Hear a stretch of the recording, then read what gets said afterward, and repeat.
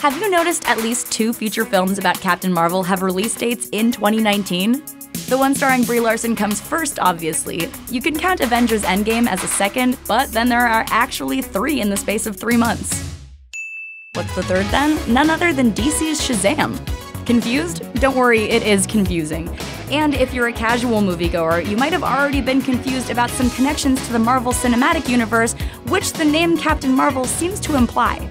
If she's fighting alongside Captain America, does their shared military rank hold significance? Not really. Is she named after Marvel Studios? Only sort of. Even more confusing are these facts. Her character is actually the 7th to hold the title at Marvel, and Shazam's Captain Marvel was once a direct competitor to DC's Top Cape. Is it fate or coincidence scheduling these 2 Captain blockbuster reintroductions so close? Let's go back to 1940, when Bill Parker and C.C. Beck created Captain Marvel for Fawcett Comics.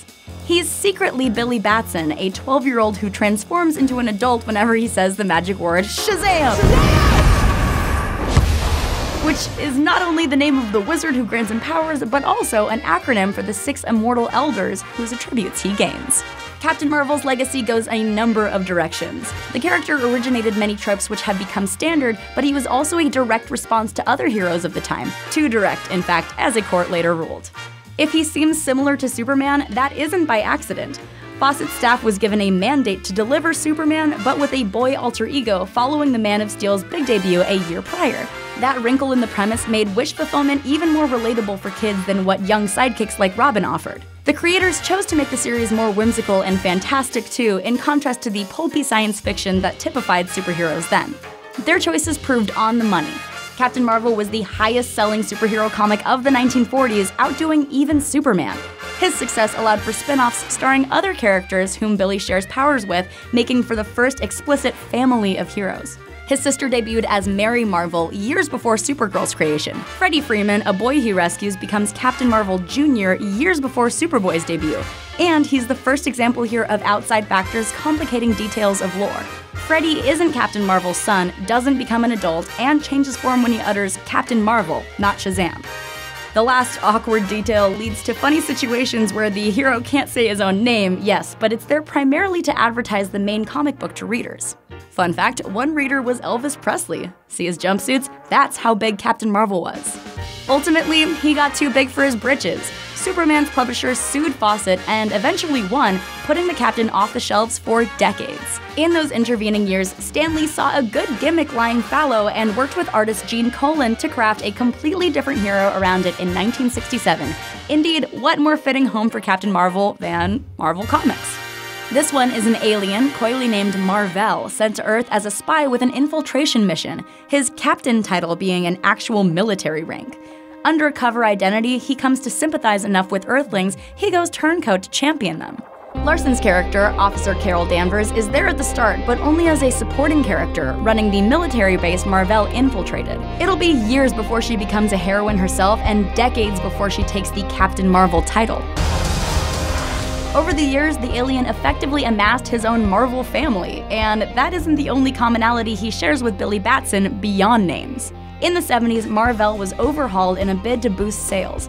He gains a redder costume and an awkward living arrangement where he shares molecules with a young human, Rick Jones. The two must keep swapping places by clanging bracelets in what was intended by the current creators as a knowing sci-fi update of Batson's transformations.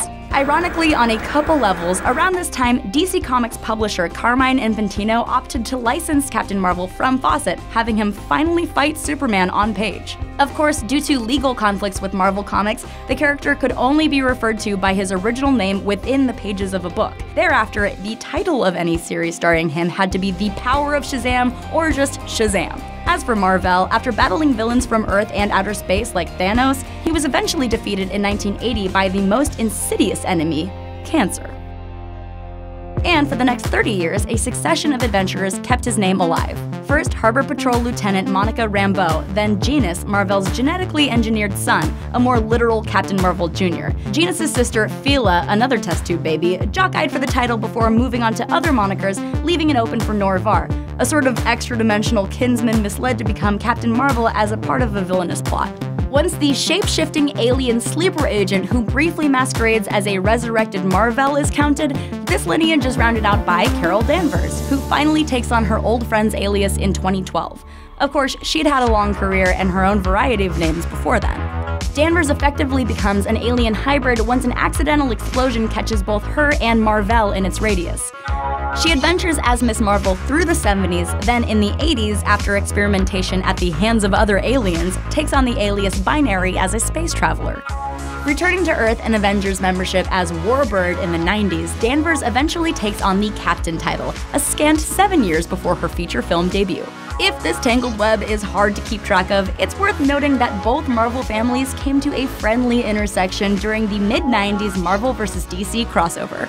The event featured an entire imprint by Amalgam Comics, a metafictional publisher combining both companies' universes. So if Superman plus Captain America equals Super Soldier, and Iron Man plus Green Lantern equals Iron Lantern, what do Captain Marvel and Captain Marvel add up to? Well, Captain Marvel, obviously. Oh, and another intriguing tributary started in the 50s when British cartoonist Mike Anglo created yet another Marvel family. Since Captain Marvel and his pals had been bestsellers in the UK too, their discontinuation created a challenge for distributors there to devise a homegrown replacement. Hence, Marvel Man, a character who more closely resembles Captain Marvel than Captain Marvel resembles Superman. Billy Batson is replaced by Mickey Moran, who speaks the magic word Kamota, atomic spelled backwards, right, instead of Shazam. Likewise, Mary Marvel and Captain Marvel Jr. are replaced by Young Marvel Man and Kid Miracle Man. The characters had a successful run in the 50s, but were cancelled in the 60s due to competition with American comics, like those produced by Marvel. After decades of dormancy, Marvel Man was revived for a deconstructionist series in 1982 by Alan Moore, who'd go on to write Watchmen. This revival proved popular enough to be imported to America. However, just as Billy Batson needed a new title to avoid brand confusion with Marvel, so too did Mickey Moran. Marvel Man was thusly retitled Miracle Man, and the final irony came when it was bought by Marvel Comics in 2013, just as DC had acquired the original Captain Marvel. One thing about the leap from page to screen, for a whole generation of theatergoers, these movies are first introductions with these characters. To them, Carol Danvers is the first and only Captain Marvel in the Avengers, and Billy Batson is a goofy B-leaguer next to Clark Kent, not a formidable opponent. His alter ego is just Shazam, same as the wizard who empowers him and the magic word he calls out. Discussions of long-storied superheroes like these often throw around terms like icon, with certain aspects of their lore seeming too iconic to change without fundamentally altering their essence. Of course, as we've just explored, these details can change often, drastically, and arbitrarily, without much of the audience noticing something lacking until it's pointed out. So perhaps it goes to show that no icon is ever too iconic to evolve. Thanks for watching, I'm Whitney Moore. Let me know how excited you are for Captain Marvel, and keep following Gamma Ray.